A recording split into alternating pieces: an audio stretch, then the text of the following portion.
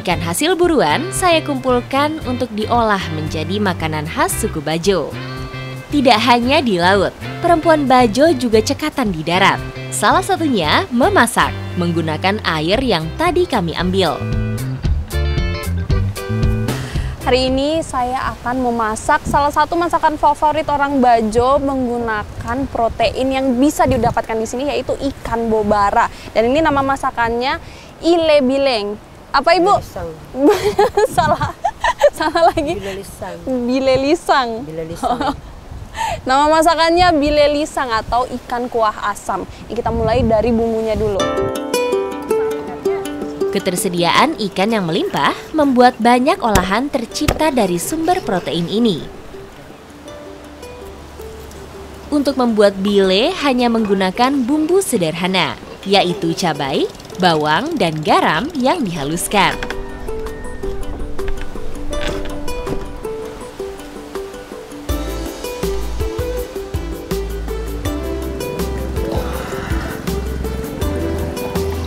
Untungnya kita udah ambil air, dan di sini air tawar itu sangat dibutuhkan dalam memasak saja, bisa untuk mencuci bahan makanan dan juga untuk kuah yang akan kita buat nanti. Ikan siap direbus dengan tambahan bumbu, irisan tomat, dan perasan jeruk sebagai perasa asam.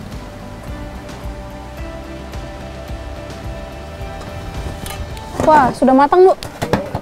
Wangi ya. Coba rasa ya. Koreksi rasa dulu.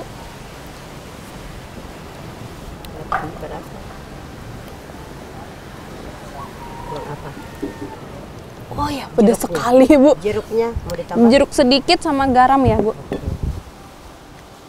Ikan bile lisangnya sudah matang dan sekarang saya rebus air lagi untuk bikin karbohidratnya, yaitu kapurung. Saya tutup ya, Bu. Bile lisang cocok disandingkan dengan kapurung yang terbuat dari tepung sagu. Ada cerita menarik soal pengolahan sagu di sini. Bagi masyarakat suku Bajo, sagu ini bukan hanya menjadi makanan pokok, tapi juga sangat dihormati. Bahkan saat kita mengolahnya pun ini nggak boleh sambil main-main ataupun tertawa. Itu kenapa, Bu, kalau boleh tahu? Biasa ikan mau kalau kita orang ketawa nanti angin ribut datang. Oh, pamali ya. Pamali. Iya. Kata orang dulu itu sagu kalau macam mau Diolah, dimasak. mau dimasak, ya bisa kita orang ketawa bercanda begitu. Nanti datang angin ribut. Oh. Jadi alasan utama sebenarnya kenapa kita nggak boleh ketawa itu karena selain pamali, takut datang angin ribut, ini juga untuk menghormati nenek moyang, karena pada zaman dahulu di sini mencari makanan pokok itu susah sekali, makanya nenek moyang itu harus jalan bersusah payah di lumpur untuk menanam sagu, menunggu dia besar sampai bisa diolah dan dimakan. Tambahkan air panas ke dalam adonan kapurung, lalu aduk sampai mengental.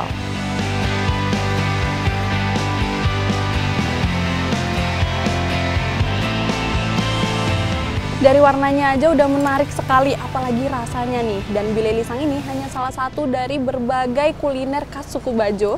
Dan ini ikannya pakai ikan bobara. Jadi dagingnya itu lembut sekali dan warnanya putih sekali di dalam. Saya coba ya. Wah, gurih dan segar karena dari lemonnya tadi.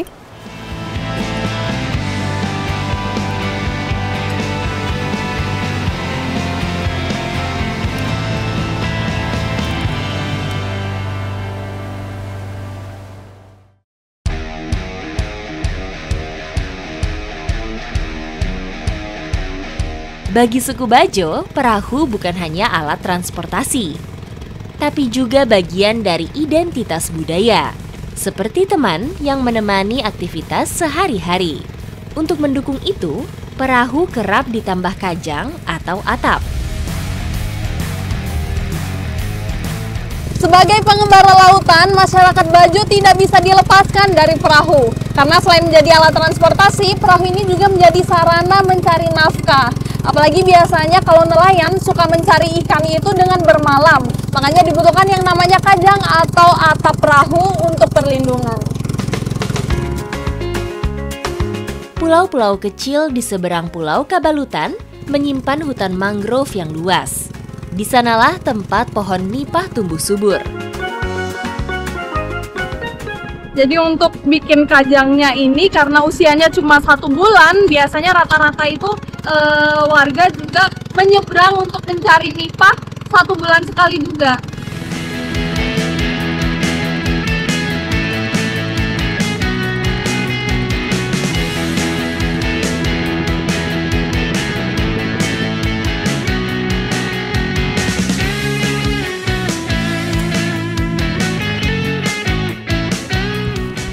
Ya Pak, lagi Pak, ya. Ini kita sudah sampai di lokasi untuk mencari daun nipahnya dan ini karena tergenang semua, bawahnya ini penuh dengan lumpur, jadi ambilnya itu cukup dari perahu saja. Boleh Pak, sini? Ya. Langsung dipotong ya Pak? Ya.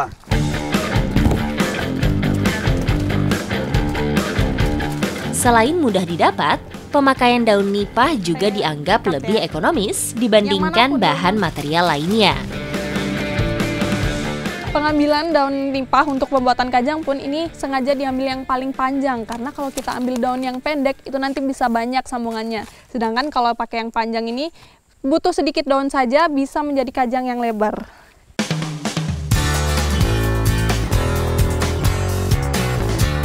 Daun nipah dirangkai satu persatu, dijahit dengan tali rotan dengan mudahnya. Jumlah daun yang digunakan tergantung besar kecilnya perahu. Nah, jadi setelah dapat daun nipah ini selagi masih segar dan daunnya masih hijau itu harus langsung dijahit selagi daunnya juga masih lunak karena kalau sudah dibiarkan terlalu lama nanti kering dan bisa menyebabkan daunnya menjadi hancur. Kajang yang sudah terbentuk dijemur selama beberapa hari dan harus dibolak-balik secara berkala agar kering merata. Nah, ini dia kajang yang sudah dijemur. Nah, jadi kalau kajang itu sebelum dipakai dia harus dijemur sampai warnanya kecoklatan yang menandakan dia sudah kering. Karena kalau sudah kering seperti ini, dia lebih awet dan tahan lama untuk dipakai di cuaca apapun.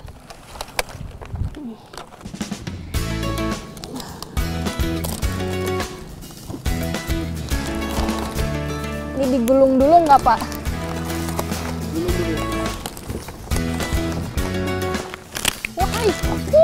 Kayunya. Ini Pak, ini sih ya. Bentar saya ikut turun ya Pak.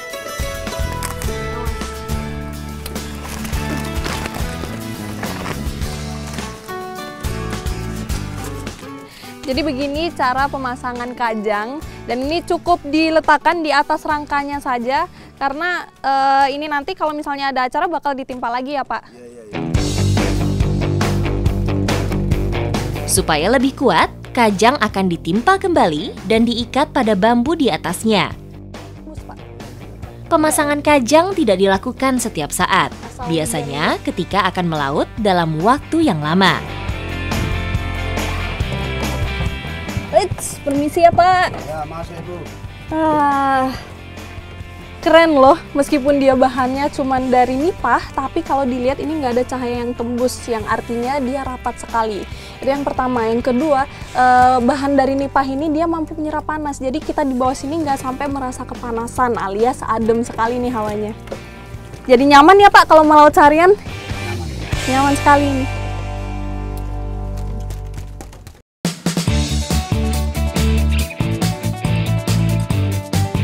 Biasanya ketika akan melaut dalam waktu yang lama. Masyarakat suku Bajo di Pulau Kabalutan memiliki satu tradisi turun-temurun, yaitu kegiatan melaut selama beberapa minggu dengan perahu besar atau disebut juga bapongka. Sebelum tradisi bapongka atau bermalam di laut dimulai, ini ada satu tradisi penting yang nggak boleh dilewatkan, yaitu tiba anca atau pembuatan sajian dengan tujuan tolak bala.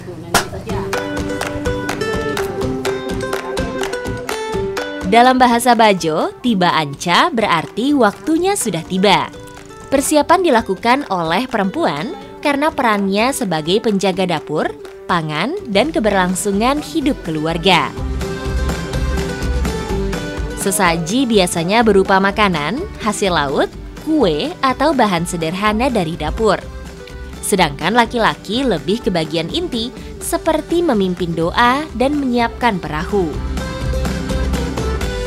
Jadi memang tiba anca ini sudah ada dari zaman nenek moyang. Bahkan bahan-bahan yang digunakan untuk membuat sajiannya pun tetap sama dari dulu dengan ketentuan yang ada. Jadi ini ada daun sirih, kemudian ada pinang, kemudian ini juga ada kapurnya seperti ini. Kalau Bajo bilang itu apu. Apu, apur atau apu. Hati-hati, Ibu. Bahan sesaji ini dianggap sebagai satu kesatuan yang tidak terpisahkan, simbol hubungan manusia dengan leluhur mereka. Masyarakat Bajo percaya bahwa roh leluhur atau yang mereka sebut embo atau penjaga laut itu ada, menjaga dan memperingatkan mereka jika suatu hal akan terjadi. Sehingga sirih, pinang, dan lainnya sering digunakan sebagai penghubung atau cara komunikasi orang Bajo dengan embo.